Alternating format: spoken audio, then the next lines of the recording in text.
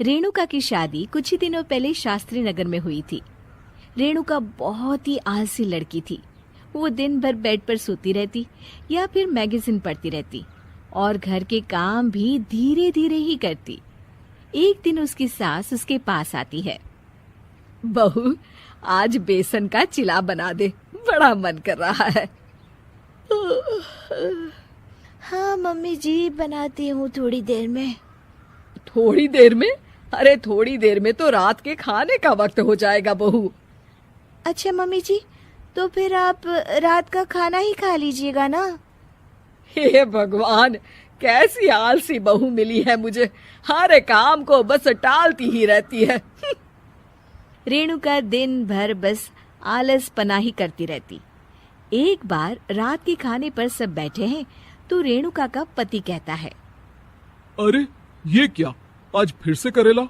रेणुका, हफ्ते में तीसरी बार ऐसा हुआ है कि करेला बन रहा है। कुछ भी बना लिया करो। अरे इतनी सारी सब्जी मिलती है मार्केट में। हाँ, पर अब कौन मार्केट जाए और सब्जी लेकर आए, इसीलिए जो था घर पर वही बना दिया। बहू, फ्रिज खोल कर देखती तो पता चलता कि सारी सब्जियां रखी होती है, पर तुम्हारा आलसपन खत्म हो तो तुम्हारी नजर जाए ना। विशाल कमरे में आकर रेणुका से पूछता है, रेणुका, मैंने कहा था तुमसे कि मेरे लिए रुमाल ले आना। मेरे सारे रुमाल खराब हो गए हैं।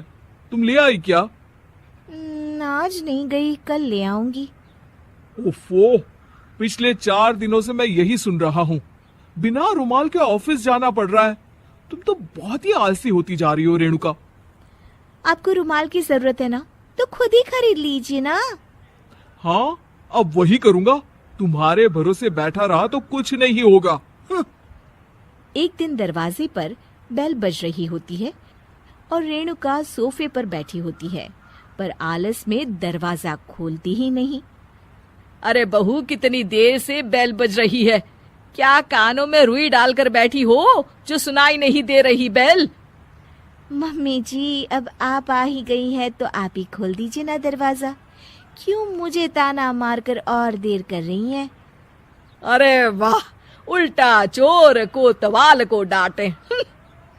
सास दरवाजा खोलती है तो उसकी पड़ोसन दरवाजे पर खड़ी होती है। दरवाजा खोलने में इतनी देर क्यों हो गई? सब सो गए थे क्या? और ये भी कोई वक्त है क्या सोने का? हाँ? अरे नहीं नहीं, ऐसी कोई बात नहीं है। आइए आइए, आप लोग अंदर आइए। ओफो, इन सबको भी अभी आना था। अब मम्मी जी लगा देंगी मेरी ड्यूटी किचन में।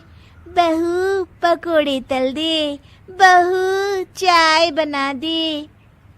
अरे बहू, सो गई क्या? कब से आवाज दे रही हूँ, जा चाय बना कर लिया।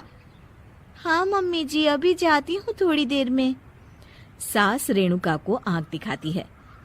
मतलब थोड़ी ही देर लगेगी चाय बनाने में, अभी ले आती हूँ, बस झटपट। रेणुका रसोई में जाती है और इसी आलसीपन में वो चीनी की जगह नमक डाल देती है। जैसे ही सब चाय का घूंट भरते हैं, चाय थूक देते हैं। थू थू थू थू, ये कैसी चाय बनाई है तूने रेणुका? इसमें तो सारा नमक भरा है। हाँ, और ये पकोड़े, इसमें इतनी मिर्च है कि मेरी तो हालत ही खराब हो गई खाकर। और रेणु जी, आपकी खातिरदारी में पहले तो कभी कोई कमी नहीं रहती थी, पर जब से आपकी ये बहू आई है ना, मामला कुछ गड़बड़ा सा गया है। हाँ हाँ, जहाँ आप इतनी एक्टिव है, वहीं आपकी बहू एकदम आलसी, एकदम राम मिलाई जोड़ी लगती है।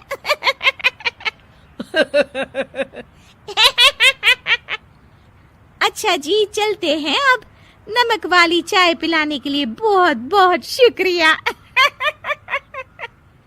सब वहां से चले जाते हैं। अरे तूने तो मेरी नाक ही कटा दी बहू। वे लोग क्या सोच रहे होंगे मेरे बारे में? मम्मी जी, मैंने तो शक्कर ही डाली थी, पता नहीं नमक कैसे बन गई शक्कर। शक्कर नमक नहीं बना बहू रानी, तुम्हारा ये जो आलसपना है ना, ये उसी का नतीजा है। सॉरी मम्मी जी, अब मैं ये आलसपन छोड़कर सारे काम अच्छे से मन लगाकर करूंगी।